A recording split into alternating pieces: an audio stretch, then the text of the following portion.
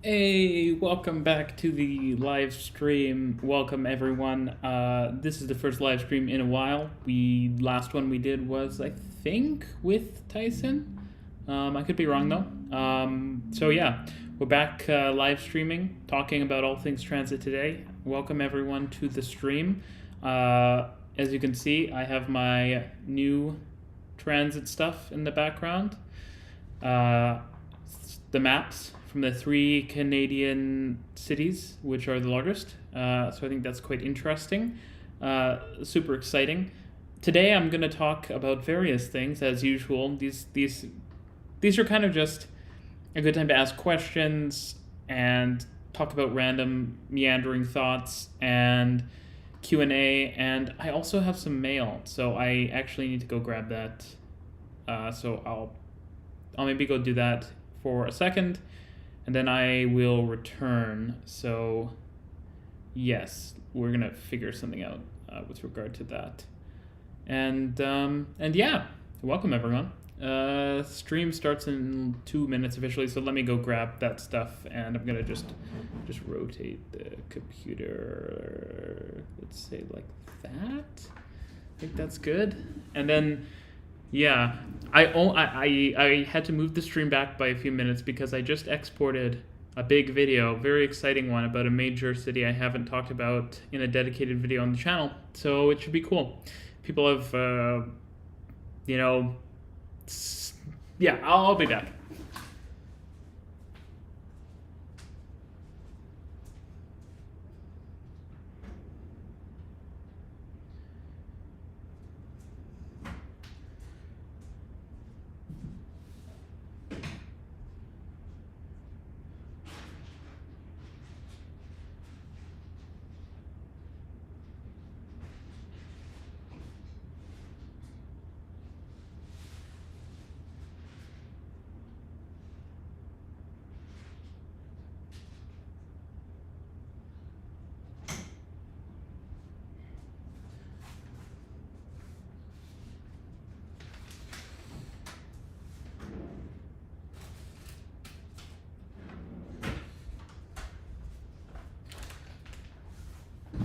Hello everyone and welcome.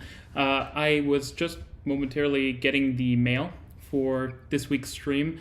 A bunch of people sent stuff in, and so yeah, I'm gonna open that up and then I'll get to the usual stuff. Yeah, this will be a casual stream. I'm quite tired because I have been working on a ton of videos, and I'll be honest, it's exhausting sometimes. So yeah, also RMTransit merch, you can get it on the channel. I actually think it's pretty nice. Like, the quality is not bad at all. It's good. So yeah, I like that. As usual, make sure to watch today's 2nd Avenue subway video. I think it's pretty good, pretty compelling video. Obviously, it's such an important transit project that's been delayed for literally decades at this point. And at the same time, consider supporting the channel via Patreon and YouTube memberships to help me bring you more content like that. So yeah, also, I got this book, and it's really good. So you should think about reading it. It's called Mall City. It's about Hong Kong, and I think it's great. Like, I'm not gonna show the whole book, but like there's like lots of cool diagrams and stuff inside it, so definitely worth getting. Yeah, I don't know the writers or anything, but it's super fascinating, so a worthwhile book to read. I think malls are interesting, especially how they integrate with mass transit. Roy Hong, thank you for the super chat. What is your favorite color? I don't know if I have a favorite color, to be honest. I guess I do like teal. I think some people were talking about teal, but I don't know. I don't know if I have a favorite color. Maybe like black. It's not a color, but yeah. Anyways, let's get to opening some stuff. I'm not going to say. Well, I'll say this. This is from Alex in San Diego. So let's open up and see what this is. Apologies that I kind of forget what people send. I get a lot of emails, and it's kind of overwhelming sometimes, and I do forget stuff. So please do bear with me. At the same time, if you have mail that you want to send me, please do. Anything transit related is really of interest, and I'll open it up on stream. And yeah, it's fun, and you can get information in the video description. You can also set a reminder for the next stream, which will happen in 2 weeks. I do them every 2 weeks, and I'm also planning on doing one next week with another transit expert, which I think will be quite interesting. So yeah, lots of exciting stuff happening. I'm just looking to remind myself. Interesting. Yes, indeed, Roy, you do know my favorite color. If you want to get a sweater in black. No, I don't know if we have the sweater in black. I don't remember. But white is cool. But it's also like such a risky color. Oh, wow, okay. So let's open this up.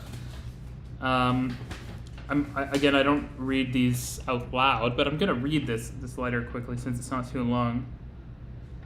Very exciting. So there's mention of San Diego getting a bunch of TOD, and there's mention of visiting San Diego. An interesting thing is that, I don't travel that much. I haven't traveled. But one of the places I might actually end up being in the next little while is San Diego for reasons unrelated to YouTube. So maybe, definitely, if I can, when I'm in San Diego, I would love to check out the system. So that could be really cool.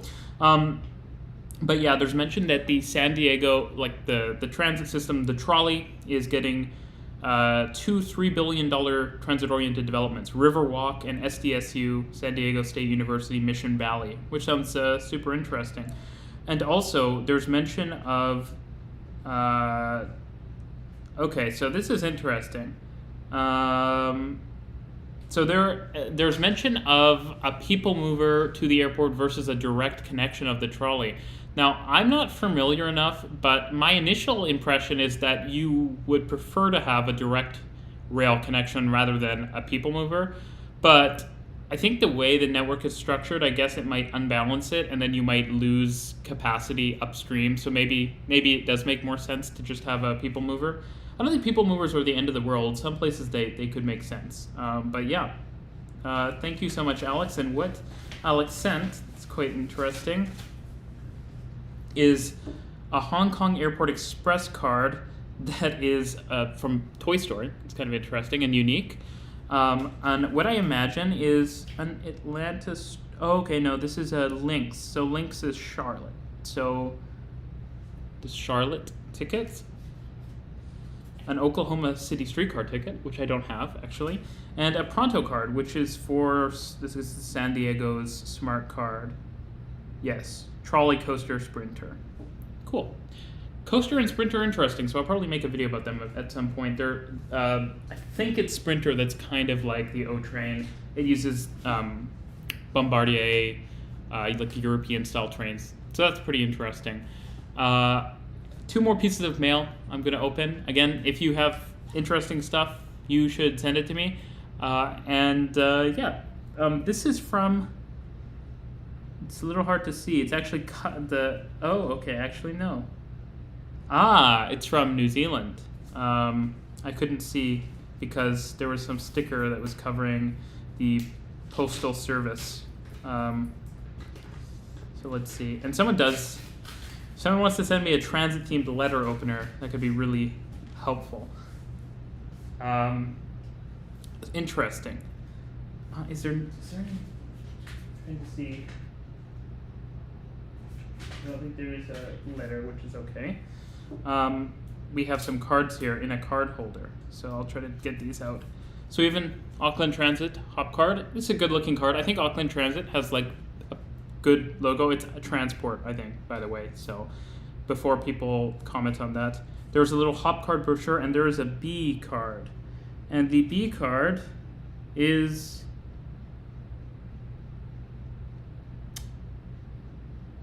Okay, so interesting. It's not clear to me it seems to be a regional card, and it definitely says in the email, but I'm forgetting. It doesn't appear to be like Christchurch or Wellington, because I assume it would say that on it if it was. Invercargill, Nelson. I don't even know if this is on the North Island or the South Island, which is sad. I'm sorry. I don't know New Zealand as well as I wish.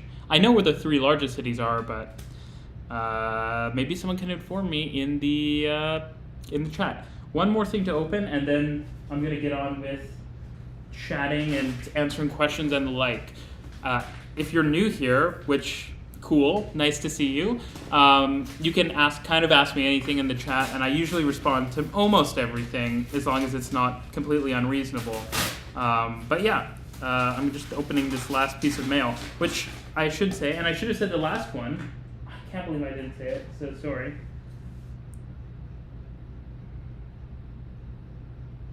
It appears to be from Yihan, I think. So thank you. Much appreciated. This is from John from Germany, and this is quite a big package. So, yes.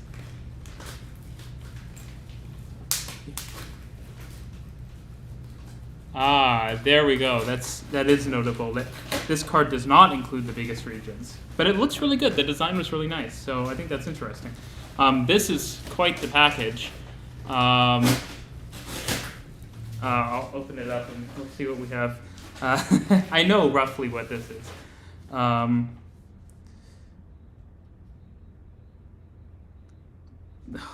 goodness, this is a lot. This is awesome. Okay, so there is a lot here. I will not be able to correctly identify what everything is, but it is awesome.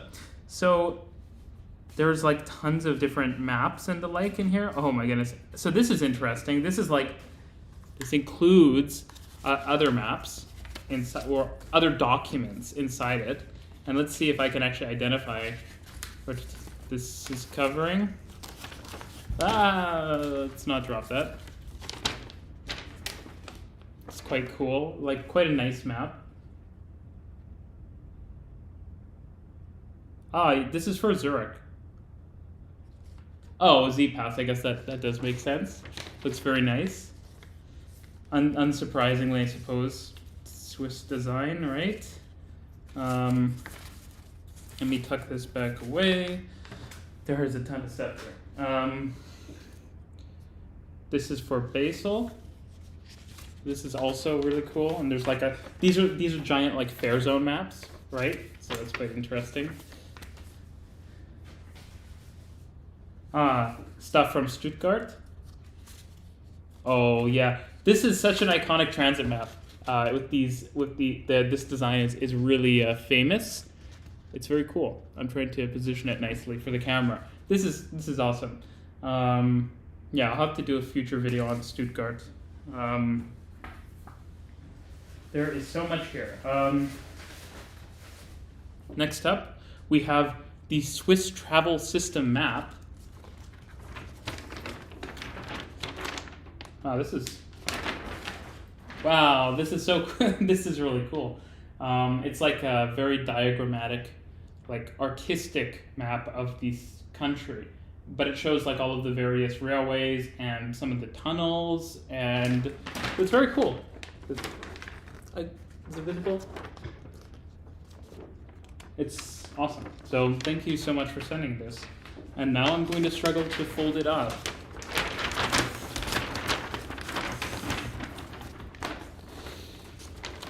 Here.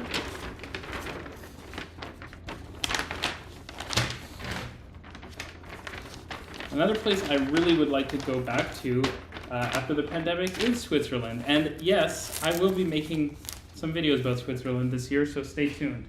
There is more still. There's a lot of stuff here, but it's awesome. So Sam says something. Oh, Sam just kind of sent a super sticker. Thank you so much, Sam. This is VVS, so now I need to figure out, is this also Stuttgart? I believe it may be. I think that one was, Yes, okay, it is. So this is another. This is the rail and track network, and interesting. I see. So we have the German version and the English version, which is cool that they even provide both, to be honest. I'm a big fan of that inclusive thinking of including both. This is just a large-scale map of Stuttgart.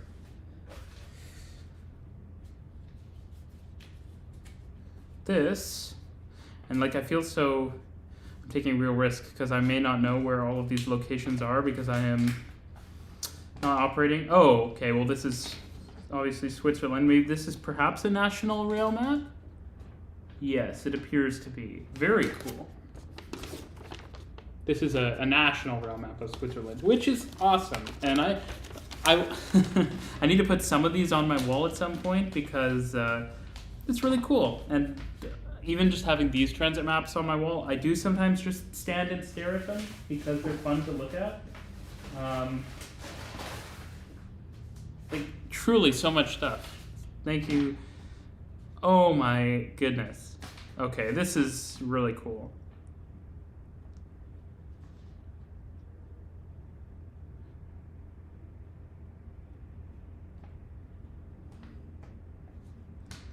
This is really awesome. Okay, I don't want John's stuff to be all seen, but let's just say there is this letter, right? And it is on Deutsche Bahn paper, which is very cool. That's very unique, and I'm a big fan of that.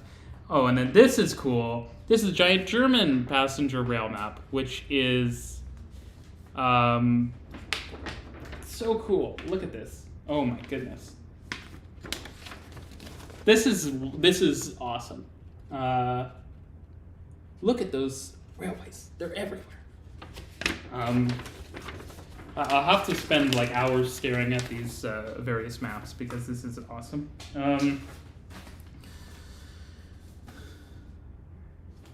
Okay. This is also an incredibly well organized map. This is a European level rail map. More Stuttgart.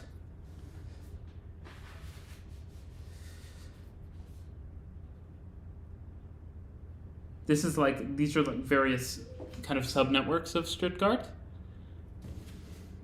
And then we have two more, and these are like regional, Zurich regional, what appears to be schedules, potentially maps. Yes, very cool. So I did not read German well, so my apologies. Very cool. So thank you everyone who sent stuff in. I know there's more stuff coming all the time because some stuff takes longer to arrive than others. But yeah, thank you for sending stuff. It's awesome. I love transit stuff from around the world. It's kind of my thing, so I appreciate it. Let's let me go like this. Cool. So I'll take a look at the chat. What else makes TOD great? I think, attractive public spaces, open space, ideally, you can have a lot of building with few open spaces, and I think some nice big open spaces, but not too much, is really good. I also really like, verticality. When you have like an open space with multiple levels, I think that's really cool. Which is quite common in Asia, but also in some other parts of the world. Thoughts on LA's Sepulveda line? I think it's just kind of continuing the tradition of lines that shouldn't really be light rail, but it's light rail. I also think that as an airport, a line that's really meant to connect to the airport, it doesn't do that very well. So if I were to redesign it, what I would do is, instead of having the very silly people mover, which is costing like $1 billion, which is crazy for a people mover, have the Sepulveda line just go down and then just turn into LAX and then directly serve the airport, and maybe have a branch of the Green Line connect with the Sepulveda line, or have a branch of the Green Line that just like connects up to, you'd still have like an airport adjacent station that buses could connect to, and then people could get on the train, and just have the Green Line connect there. and it would still be two trains to downtown, but you would eliminate one of them, the people mover, which makes it currently 3 trains to get to downtown LA, which is keeping in LA's strong history of not having a good transit connection from the airport to the city center. And I want to comment that people often say, oh, LA doesn't have a strong downtown, so it doesn't need to have a one-seat ride. And it's like, well, yeah, part of why it doesn't have a downtown that's very strong, which I also disagree with. It's not as strong as the downtowns of a lot of cities, but it's still the center, you know. There are other important nodes for sure, but part of making a node important is connecting it to transit. And so many of the things people say about transit are kind of these circular arguments. Like, obviously, it's not going to be an important center if you don't connect it to transit, right? Or make it convenient to get there. Can New York's abandoned subway tunnels be rehabilitated to carry revenue service? I'm not sure which ones you're referring to, but sure, yeah. Hi from Sydney. Hey there, Sam. Hello from Tucson, Arizona. Hey, 2 a.m. in Germany. Well, I am very impressed that you are up right now. Hey from Fort Worth, Texas. Easily one of the worst transit cities in the U.S., but, you know, there's potential, right? Hello from Singapore. Hi there. Hi from Jakarta. Hi. Bonsoir from Montreal. Good evening to you as well. Hi from Italy. If you're designing a new metro line like the Ontario line, would you make the platforms 100 meters long as being planned? Yes, or maybe even shorter. I think that the Thompson East Coast line is maybe a good model. The platforms are what, like roughly 80 to 90 meters long on that line, 4-car trains, right? So I think that going much longer than that makes it hard. You have to remember that your platforms, you probably want to have them mostly straight. I think even on Crossrail, almost all of the platforms are straight. It's only maybe Tottenham Court Road that isn't perfect, like really straight. The reason is that obviously platform gaps are an issue and the like. But yeah, if you have way shorter stations, it allows you to be way more flexible. And it's not just like an order of magnitude, it's just like a linear thing. If you have platforms that have to be twice as long, think of how, like, if we have a platform, if we want to go from here to here and you want to have really long platforms, you've got to do these really tight corners, or maybe you have to go like this. So it can be a really big limiting factor. So yes, I think 100 meters is like the sweet spot. Thanks for the Second Avenue video. Thank you for watching it. Cheers from Paraguay. Hey there. Thoughts on Tanzania's SGR? I think it's good.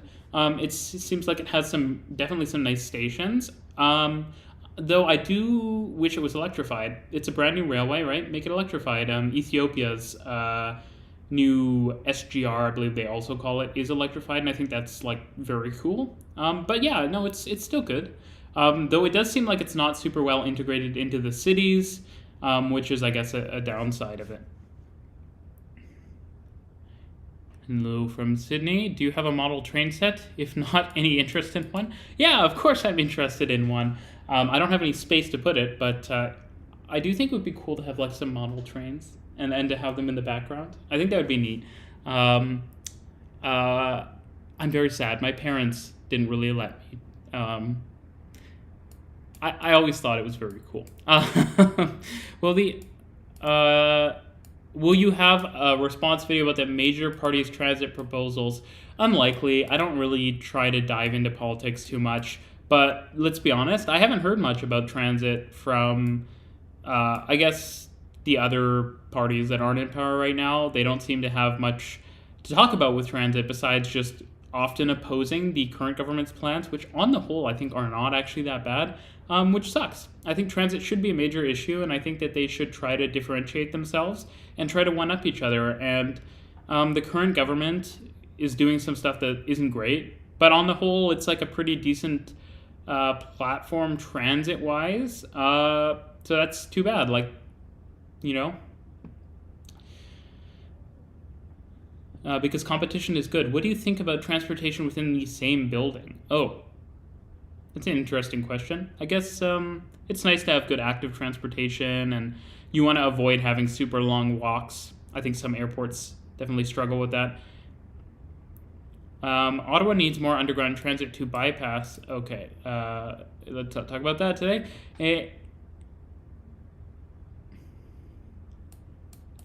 Do you think center running or side running lanes are a better idea? Do you think a good idea to add bus lanes on more wide? Yeah, it's definitely a good idea to add them more widely, and I think that having different people have to realize that there are different solutions for different locations, and I think generally if you have the approach that just one solution is the best in all cases, that's generally just not going to be true. Your videos are. The UK is hardly the worst place for transport. There's problems and there's struggles, but you can go from city to city on a train. You can even go to a lot of really minor towns and cities on trains, and I can't say that about Canada, sadly. I mean, you can in parts of Canada, but the UK has potential. It has a lot of transit. It's definitely above middle of the pack. It's in the top 20% of transit systems worldwide. But yeah, there's definitely big room for improvement. What is no political stuff, please. An explanation of realistic public transport in cities and towns between 20,000 and 50,000 would be great. I actually already talked about that in a video earlier this year where I basically talked about, what should different cities basically build. And yes, later in today's video, I am going to talk about my pie in the sky. What would I build if I was the overlord of Toronto plans? And yeah, I think it's going to be based in realism. But if I had a lot of money and ability to make decisions, what would I build? Which I think is interesting. Shout out from Peterborough. Hey there. South Island. There we go.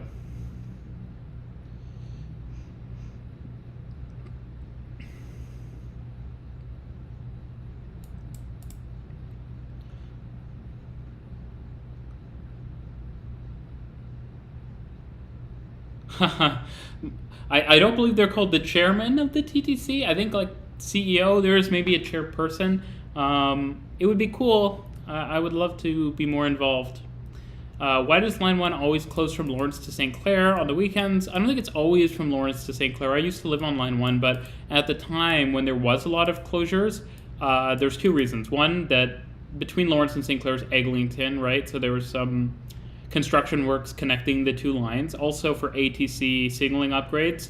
TikTok coming on that. Follow me on Instagram, TikTok, and Twitter. But also, you have to realize that where they're turning is often based on where they have switches to turn, right? So there are switches adjacent to Lawrence and St. Clair, which makes turning there practical. So yeah.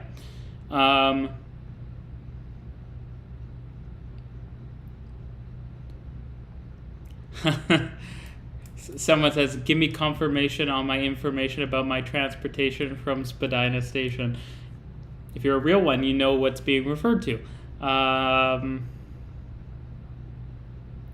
interesting. An interim card before a national card is developed. Well, if New Zealand actually does a national transit card, kudos to you guys. That's fantastic. Line 1 is being integrated. Yes. Though it's not necessarily, it's not absolutely necessary. That's the reason provided. How are you doing? What did I miss? I'm doing pretty well. Great map. Gotta say, your content has not missed a beat. I'm very touched. Is the Deutsche Bahn National Railway map available online as a PDF? No idea, to be honest, but hopefully, I would hope so. Had the same idea for a Harlem extension to the 2nd Avenue subway. Yeah, there's, if New York was London or another major world city, I think there would be subway lines going under the Hudson, and I think that, frankly, that is a good way to connect New York and New Jersey. And I think that because the problem with the current approach is that you are going to have to do a transfer where there's not necessarily a transfer needed, right? If a line can cross the Hudson, that's great. And people can have a one-seat ride to a lot of locations. And, I'm a believer that transfers are good, and like there's a lot of talk about like a frequency, and then you can have transfers, and sure, that's great, but we should always try to be practical, and like if you could have a one-seat ride and it doesn't compromise other stuff, sure, that would be awesome, right? So I agree. Scrolling up.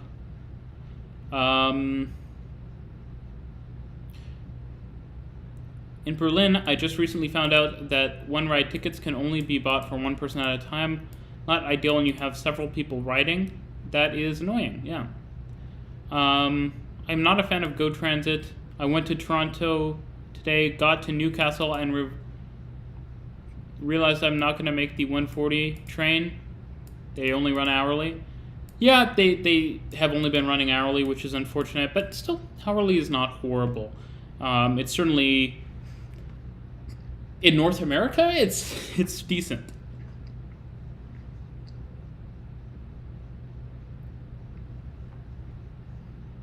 Proof of payment doesn't allow you to be as spontaneous. Well, you know, you still have to buy the ticket before getting on a non-proof of payment system, right? So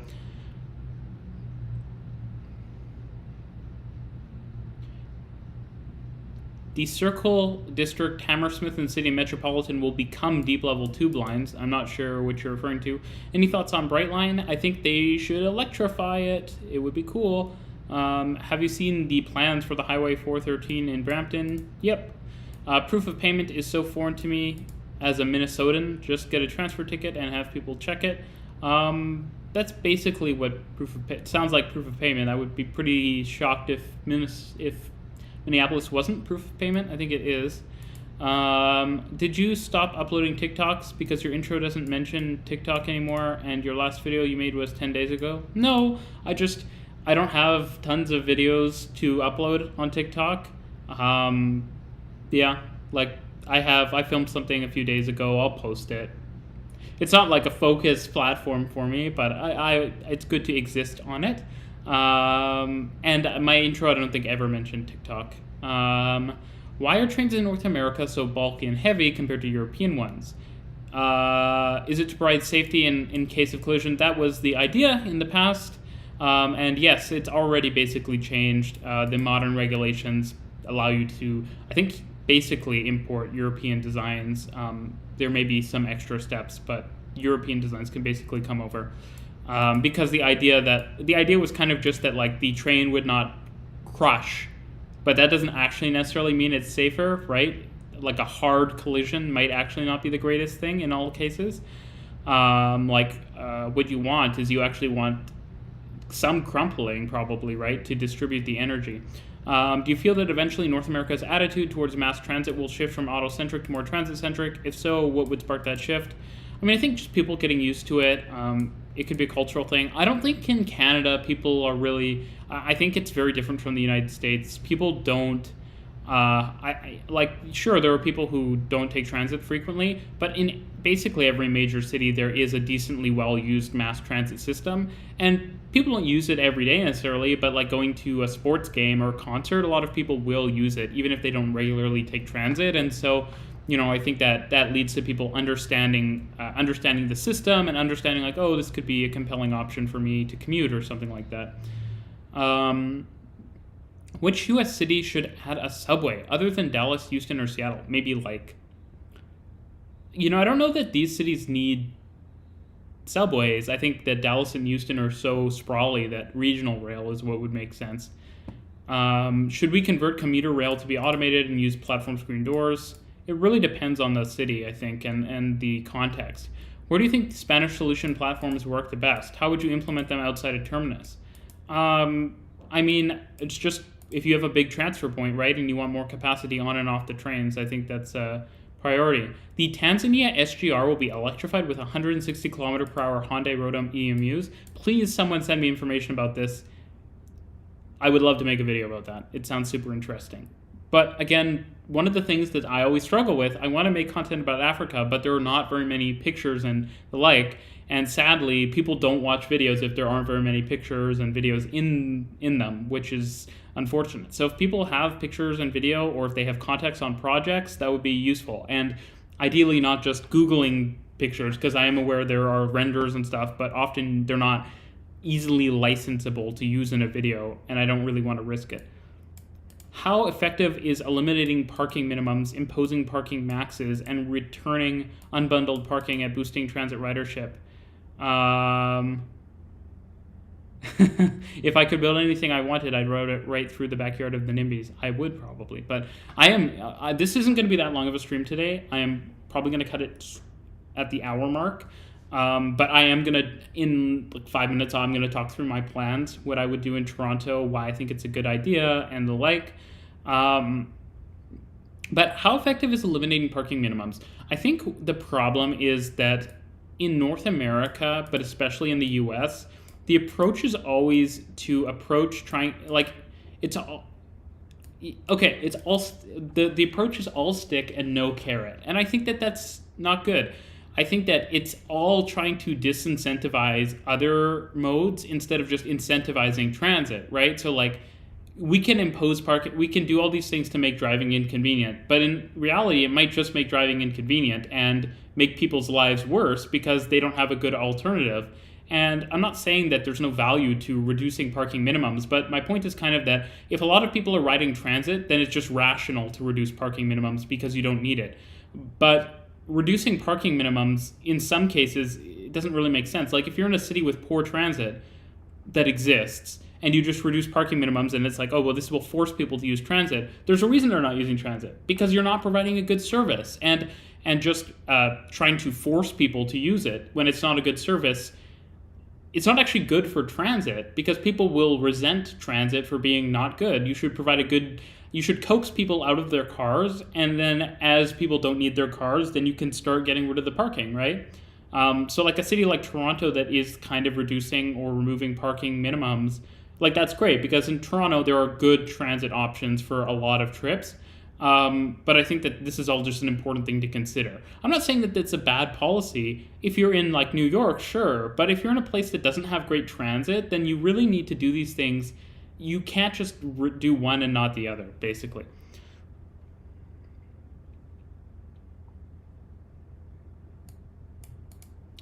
I know it's obvious that Ontario should pay Toronto to operate the TTC for both service and maintenance. I don't know if it's obvious. I mean, I think that there should be subsidy for sure, but should 100% of the costs come from the province? I don't know. Like that's like a policy question, so I don't know if it is so obvious. But I think just generally, like if we're talking about what Ontario should pay for, just pay to do fare integration. I think that would be very useful, and it doesn't need to be a high cost. I'm going to try to fly through these messages, and then in about 3 minutes, I'm going to talk about my grand plans for Toronto. Thanks for the great content. Thank you for watching. It's why I make content. LA is not very dense in most areas. How would you implement transit for places that don't have much density? Well, the thing you have to remember is that LA is actually like not that low density. It's sprawling, but it has decent density. If you were to just operate good transit service, you'd probably attract a lot of ridership. I think part of the problem with LA is that the service isn't very good, and that doesn't attract ridership. And one of the problems on a regional level is that LA clearly is a city where regional rail makes a lot of sense, and there isn't good regional rail in LA. There's the metro system, right, which there's the subway, and then there's a bunch of light rail lines. And light rail lines aren't that fast. They have a lot of grade crossings. They have some street running sections in places.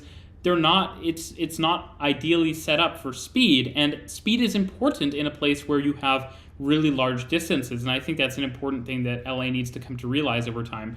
Metrolink has terrible service, and Metrolink is where the opportunity to really get massive ridership is. So, that should be where money is being put, I think, instead of all into Metro, especially with the plans that Metro is doing, which are not very cost effective and are not necessarily providing great service in a lot of cases. Not in all cases, but in many. Thoughts on the Up Express rolling stock? I think it's quite pleasant, but apparently is fairly unreliable, and it is kind of ugly.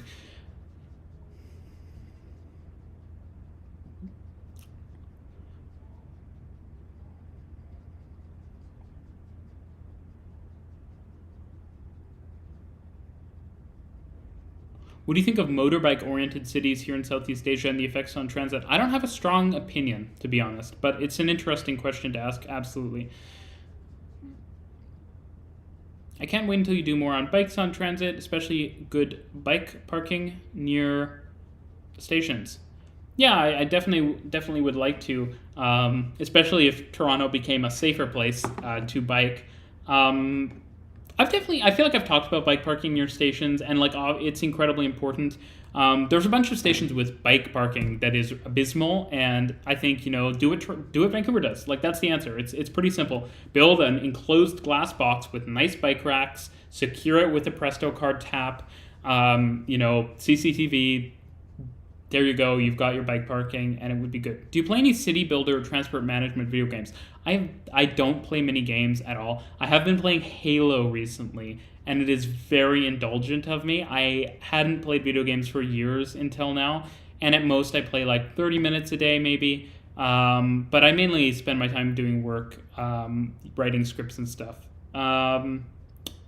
Hello from UK. So sad to see Bond Street missing from Crossrail opening, but here's hoping it will open soon. Sounds like it's only a few months behind. So, I have been loving the Crossrail videos of these stations. They're, Crossrail for all of its problems. Those are some nice stations. They look like spaceships, right? We've known that for a while, but they are awesome.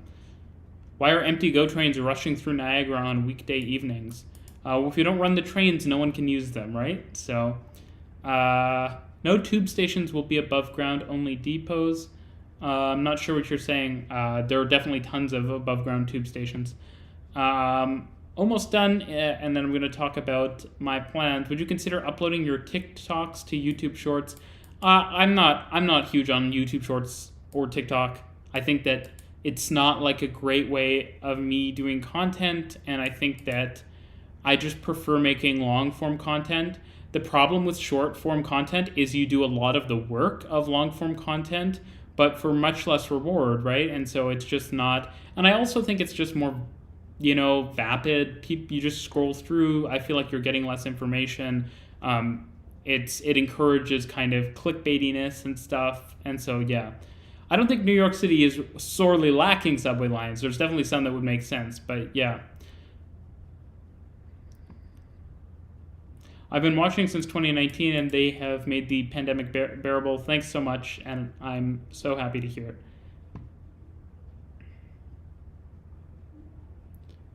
Your secret to good regional rail. Discuss some ideas that are otherwise missing from the discourse. How has the response been? Any support? Sadly, not really. I wish that local politicians talk to me, or transit, authorities talk to me. They don't. But, at the end of the day, someone has to bring these things up, if only just so that in a few years when we realize we made a mistake, someone can say, like, people were saying this was a problem, and the people responsible for solving these problems didn't pay notice to it. And, I'm sure people know that these stations should be added. I think the issue is just that it would be extra work and time, and so it's an inconvenience. When does your Berlin video come out? I can't say anything about that, but stay tuned. Okay. Okay. Oh yeah, there's talk about the REM East. Okay, maybe this is gonna run a little long. Fine, I'll quickly talk about the REM East, and then I'll fly through. I'll fly through a bunch of other stuff. So, the REM East thing is very silly, and it sounds like the STM and ARTM just don't like that transit is not being built by them, and so they are kind of resisting it. But their reasons seem very weak. Like, this is going to cannibalize ridership on the Green Line. I don't think that's likely. This is going to hurt the bus network. Sure, the current bus network, so it gets reorganized. That makes sense. This is going to hurt the Mascouche ridership. Sure, yes, but that's because you don't invest in service. It feels like agencies that haven't been doing a lot, and the stuff they've been doing has been slow and expensive, are complaining because someone else is showing that it doesn't need to be slow and expensive. And I would be happy for the STM and ARTM to do all this stuff, but they're not. So I think it's kind of frustrating to see. And overall, if more people are riding transit, it's good for everyone, including the existing transit agencies. So that's my thinking on it. But I'm going to do a full video, so stay tuned. Are there places in the Anglosphere still building greenfield transit-oriented development? Sure, lots, especially in Canada, I would say. Actually, I would say Canada is probably, Australia as well, leaders in this area. I'm just going to quickly go through this.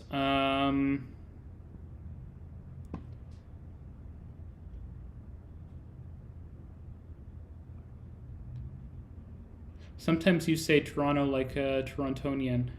I don't know. I don't ever believe that there's actually a right way to say most words. I think just different people say it differently based on what they've learned, what they've heard from other people who say it differently. A few of your videos have been picked up by transit orgs and news outlets here in Seattle. Thanks for all your great work. Thank you so much. And frankly, Seattle is one of the most interesting places for transit in the US. Disappointing in many ways, but it's one of the places that is actually building stuff, and so I have to talk about it. It's important. I'm just flying through this so that I can quickly get to talking about my plans for Toronto, which are just going to be like some rough plans that I'm going to formalize into a video. Toronto doesn't have trolley buses. It does have streetcars, but I would... Trolleys, streetcars, they're trams. I think trams are the word we should use to describe these things, since in the English-speaking world, I would say the majority of systems are just known as trams. The majority of good systems are definitely known as trams, i.e. Melbourne and some of the ones in the UK, for example. And also just because they call them trams in other places across Europe and stuff, so I think calling them trams makes the most sense. My general opinion is that they're okay, but in Toronto and Philly, they're not that good, and that's because they're not a priority. They don't get dedicated lanes. In Philly, they don't use modern vehicles. They didn't in Toronto for a really long time, and even the current vehicles are not the greatest. So I think they're a mode that already is going to struggle because buses have a lot of it, like trams and buses, right? Especially in the way we implement them in North America, it's a real toss-up as to what's better, and we put trams on an even lower footing because they are less flexible, and which means that they should probably receive dedicated space, because the space they do have needs to be more dedicated so that they are not encumbered by other things, which buses is not as much of a problem for, but we don't do that. And so I think buses end up winning a lot in North America.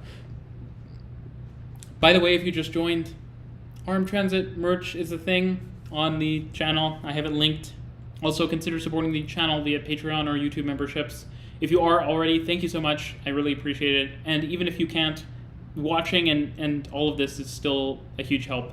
And it helps me make these videos and talk about transit, which I think is important because not enough people are doing it. And not enough people are talking about some of the issues with our plans. I'm going to see Crossrail with my friend when it opens. I would love to go, but it's just kind of difficult. TFL, you want to sponsor a trip out there? I would love to. Do you agree that Toronto to Twin Cities should have a high-speed rail? I mean, in a perfect world, yes. In the world we live in, I think it wouldn't be the top priority. Have you considered releasing your episodes as podcasts? That's an interesting idea, but I feel like it would be a lot of extra work, and there wouldn't be much return on that investment for me. And like at the end of the day, like that's all this is for. Like it's not all this is for. I don't actually make videos to make money, but it would be a lot of work that would just be work I could be spending on more videos and stuff like that. So I guess my recommendation would be, if people do want to listen to these, is to get YouTube Premium. And if you have YouTube Premium, you can listen basically with your phone screen off and the like, which I do for other people who do kind of podcast type stuff on YouTube. Plus, YouTube Premium does help me more if you watch my videos and you have it. So that would be my thing. It's just a lot of work to cut it up, etc. Do you attend town meetings? Sometimes, yes. NIMBY video is excellent. Thank you so much. Government-owned transit or privately owned? You know, I think it's a false dichotomy for sure.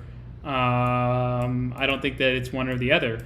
You know, I think that, and I also don't think it really matters, to be honest. I think you could have good transit in either case. There's bigger questions to ask, I think. I actually don't believe there's a correct way to pronounce Toronto, however you want to say it. Toronto used to have trolley buses until maybe around the 90s. Yep, and I think that they got removed, like a lot of trolley buses, because trolley buses do have some real issues, right?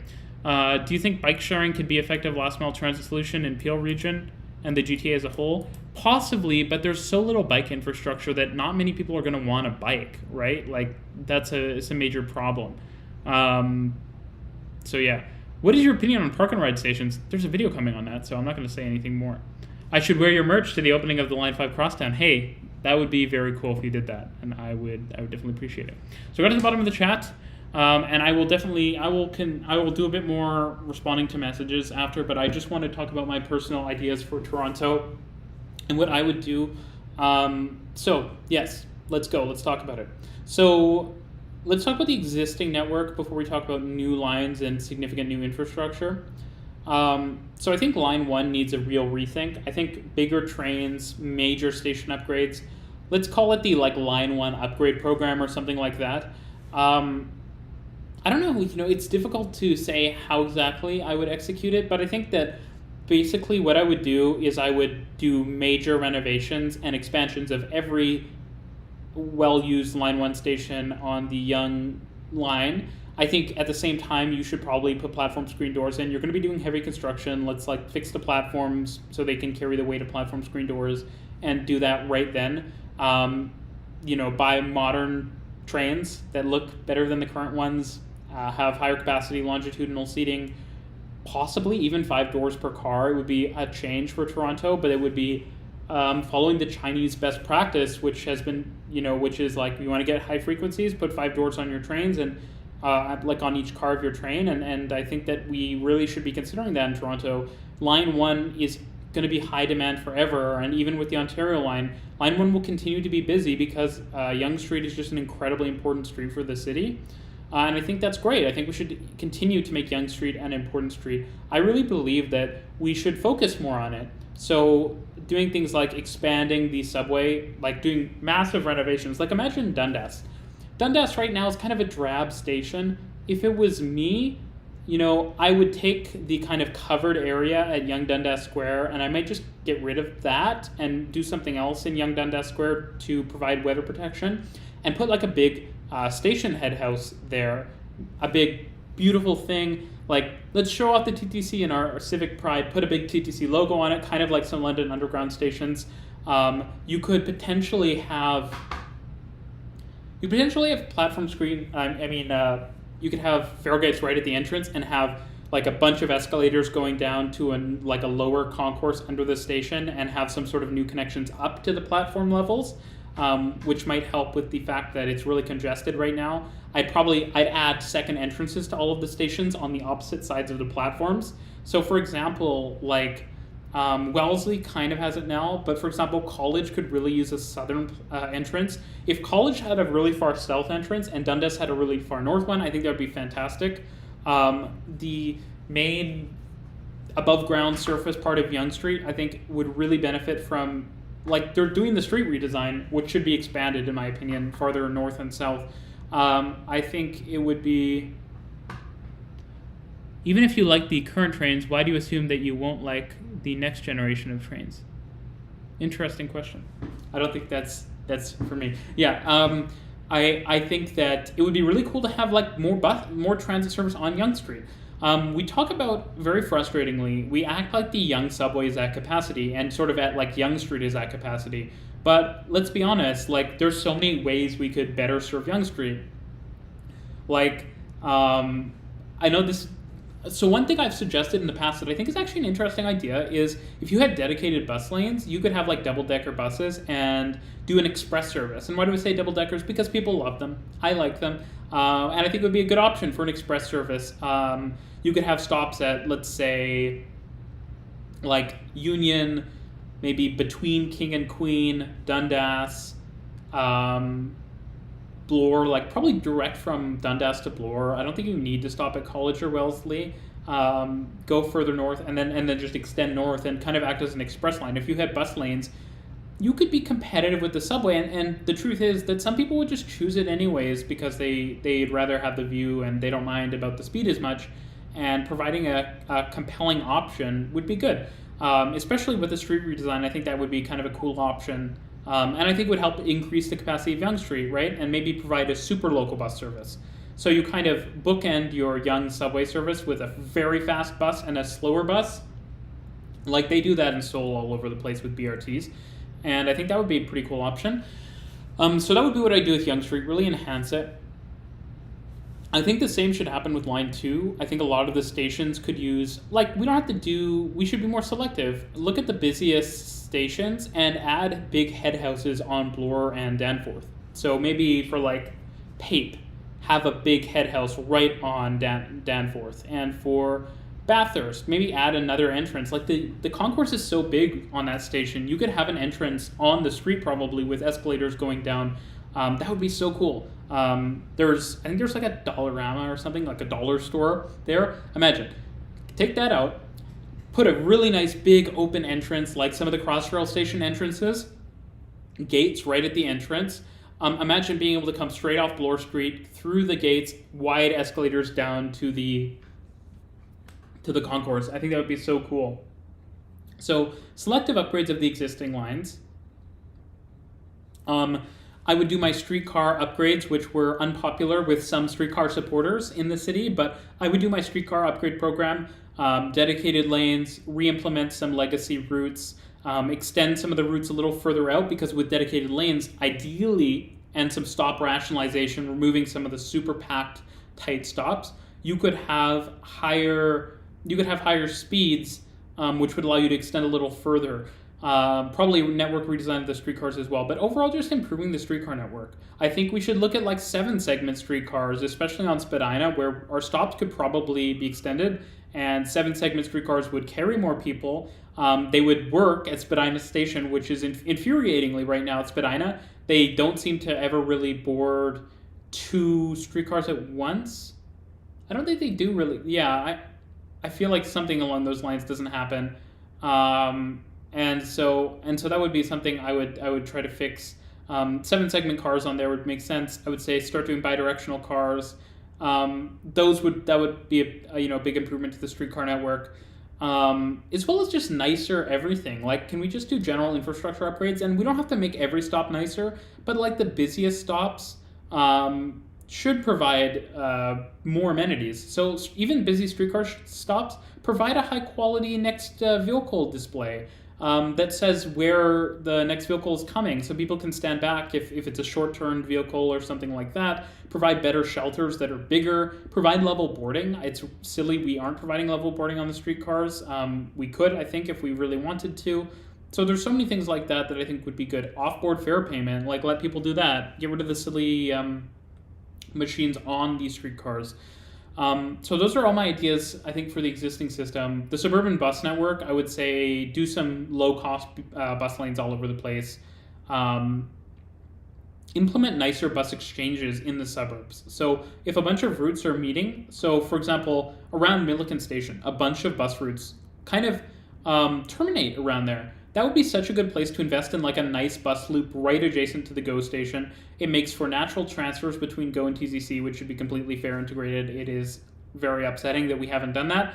And make that a nice little bus exchange. More bus exchanges in the suburbs to make bus transfers more attractive and better, I would say. Now for expansion. I wouldn't be building a lot of light rail for obvious reasons. I don't think there's a lot of corridors in Toronto that make sense. I think like what we would be doing is LRTifying, if we could say, or improving the streetcar network. So adding that level boarding, adding nicer stops, more attractive stops. Like imagine how nice Dundas Square should be. Does there need to be, for example, should Dundas be a through street between like Victoria and Yonge? I don't know. I think that's an interesting question to ask, and I think that it would be so cool as a public space to integrate transit to like have the streetcar have that turn into a bigger square. Like expand Dundas Square onto the adjacent street, which is already super clogged up all the time. So I don't think it's going to have a huge impact. Expand it, have a big, beautiful TTC head house with a really nice transfer to the streetcars, which could have really big, wide platforms. It would be beautiful. So I'm still talking about improvements. Let's talk about expansion. So I think Ontario Line west to Jane and then doing Jane with Ontario Line makes sense. I think that's like a decent option. So an Ontario Line up to, I like the idea of taking it up to Seneca College. So up to Finch would make sense. Seneca College would be a good location to end it because that's a major campus up at Finch, and so I think that's a good project to do. Line 2, I don't think I think Shepherd is fine. Maybe try to figure out a way you can integrate it with Shepherd so that Shepherd trains can go all the way to Scarborough Centre. I think that there's probably ways we could do that, so I think that's the only thing to do with Line 2 East. Line 2 West, take it to Mississauga City Centre, maybe as like a bit of an express line. Yeah,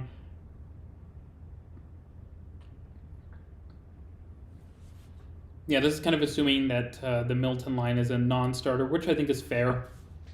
Do those downtown Go regional rail stations that I keep suggesting, like Spadina and Cherry, which Jonathan English on Twitter suggests a ton, and maybe Sherburne as well. So yeah, that's what I would suggest. I'm just gonna go like this. Let's try not to spam the chat.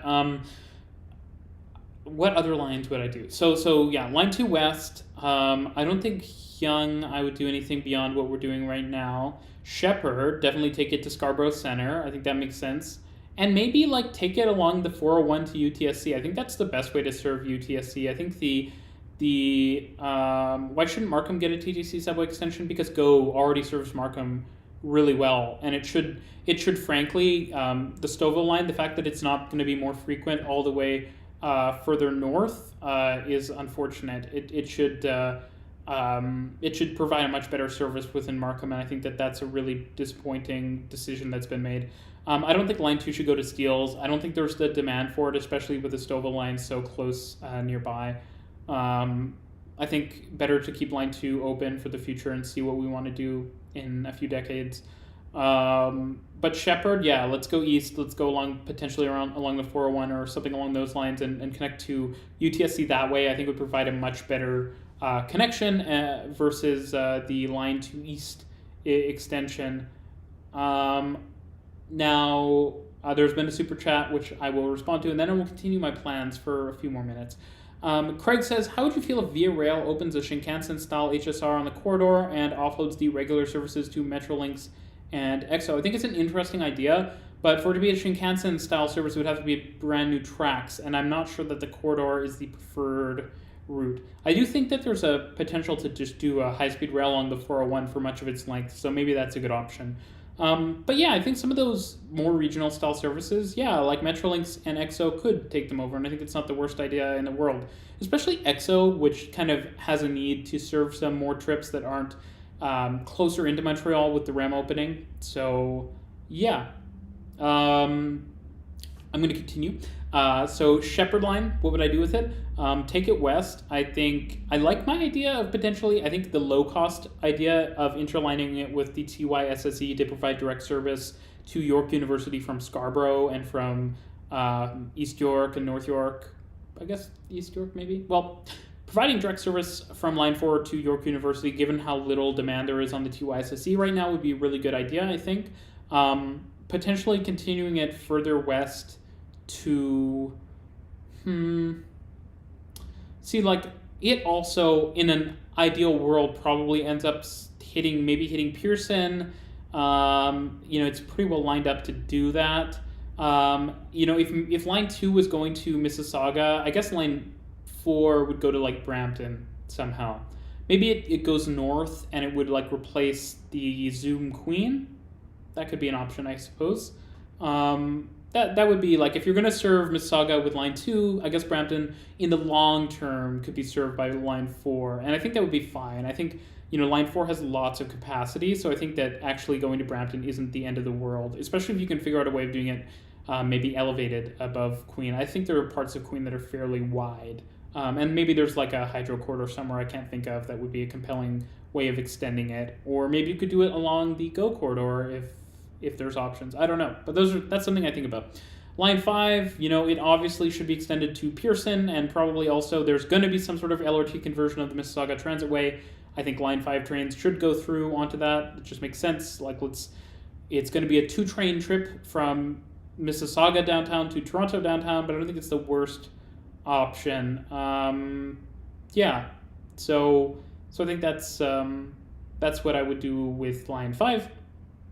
Line 6, you know, I think it's a lower priority extending it east with Sheppard extending west, but sure, like, let's extend it to Finch, and frankly, like, let's extend it. I think if you get to Finch, you don't need to extend it east of Finch, and we are resistant to using the hydro corridors. So an idea I don't hate is going down Yonge Street and maybe going down to Sheppard Yonge.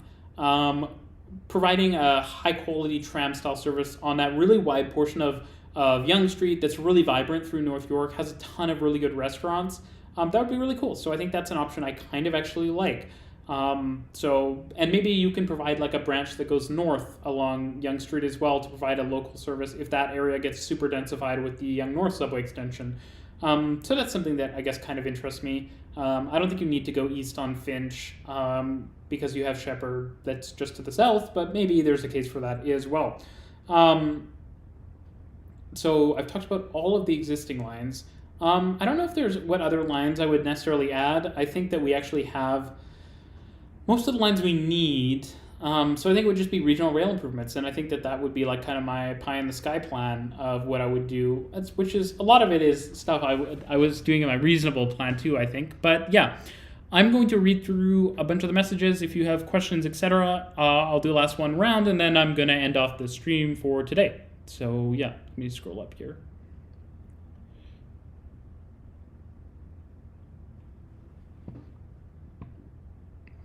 Why don't a lot of Asian cities have trams? I think it's I think trams tend to be not great for super high capacity and speed, which I think are priorities in Asia. Yeah, I'm going to be talking about park and rides in a future video. What is happening here? Yes, please send your double-decker buses to Minnesota. I'm surprised. Yeah, like, you know, double-decker buses exist in a bunch of places in Canada now, and I would love to see them expand. Montreal seems like a natural place to have them with all of the commuter bus routes. So, yeah. Yeah, I'm not a big believer in express subway tracks. When people are like, do something like New York, I think the answer to express trains is very clearly, if you're building a new line, maybe do passing loops and have like a limited express service.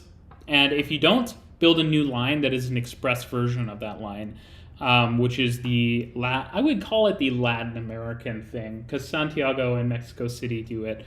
Obviously, other places do it as well, though less for the metro. Line 14 in Paris is kind of like that, but it's more to relieve the RER.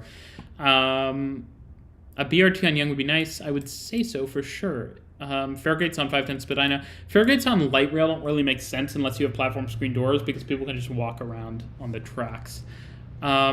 Yeah, low bridges would be an issue for double deckers, but they're an issue that could be solved if we really wanted to. Though it would be a bit... Yeah, the Yonge subway doesn't actually run under Yonge Street all that often, especially where the bridges are, so it would probably be doable. Too flat for above ground transit. Oh, too hilly. Well, it's still possible. Maybe the subway overground line would follow streetcar. Not sure about that. How would you feel if the GO network replaced its locomotive hauled stock with 25,000 volt overhead? That's kind of the plan as far as I can tell, hopefully. The subway should not be part of the streetcar. Do you think transit and walkable places go hand in hand? They do sometimes, but not always. Toronto, a lot of it isn't walkable, but it's quite transit accessible.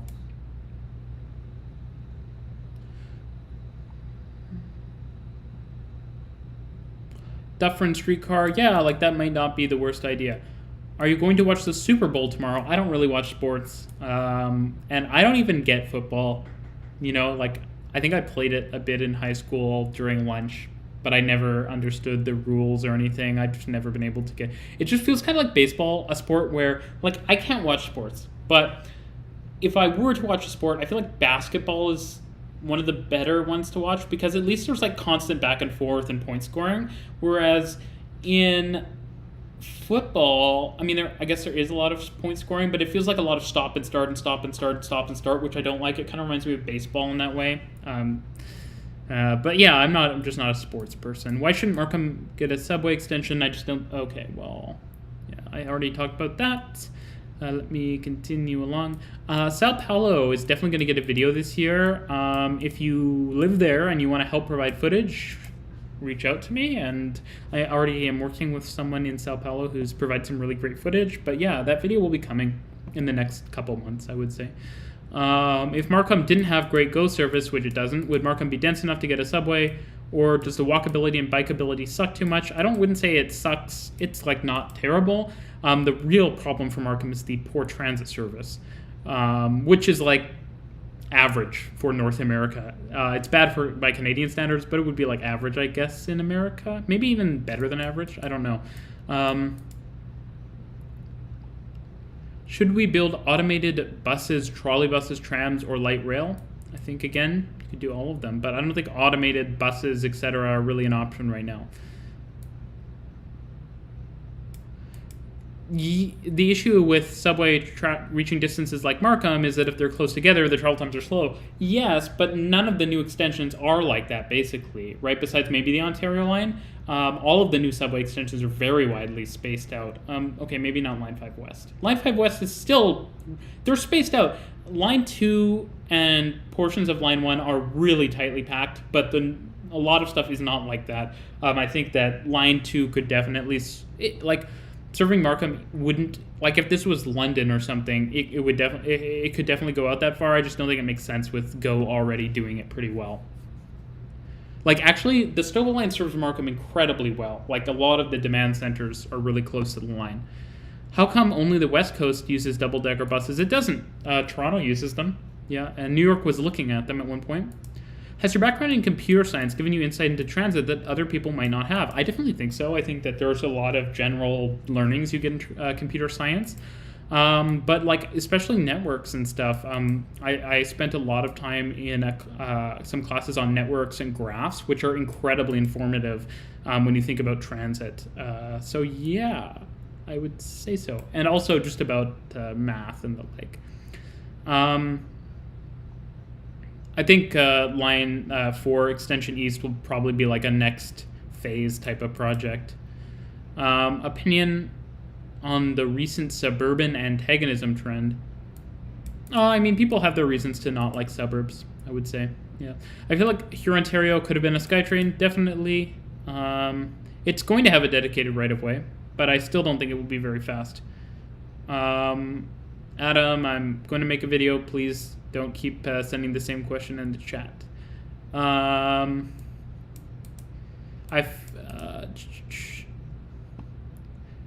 Yeah, Singapore reminds me of North America in some ways. I think a lot of, like, the Southwest LRT in Minneapolis, I get the sense that maybe it would have been better as, like, a regional rail type thing. It seems like a lot of it may not even be on street, but I forget.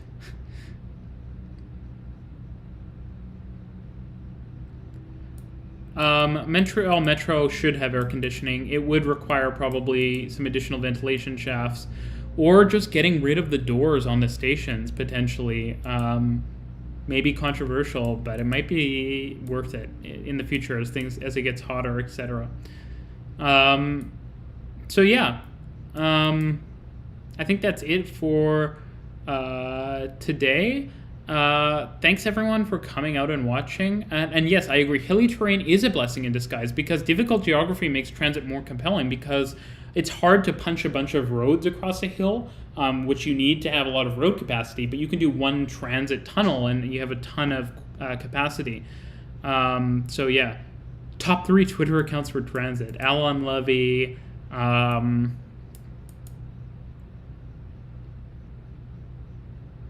Marco Chitty for sure, or Kitty. I don't know how to pronounce Marco's last name. And so yeah, Ellen, Marco, and I can't just name 3, but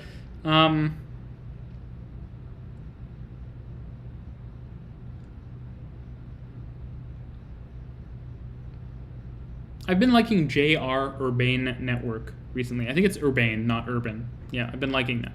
So yeah, thanks everyone for coming out to the stream. The next one is in 2 weeks. Link in the video description. And yep, Istanbul is getting a video. Stay tuned for that. Jeff Marshall doesn't really tweet though about, especially not like. It's not like it's kind of, I think, often just chit chatting, but not like tweeting hardcore about transit. So yeah, thanks everyone. See you in 2 weeks. Bye.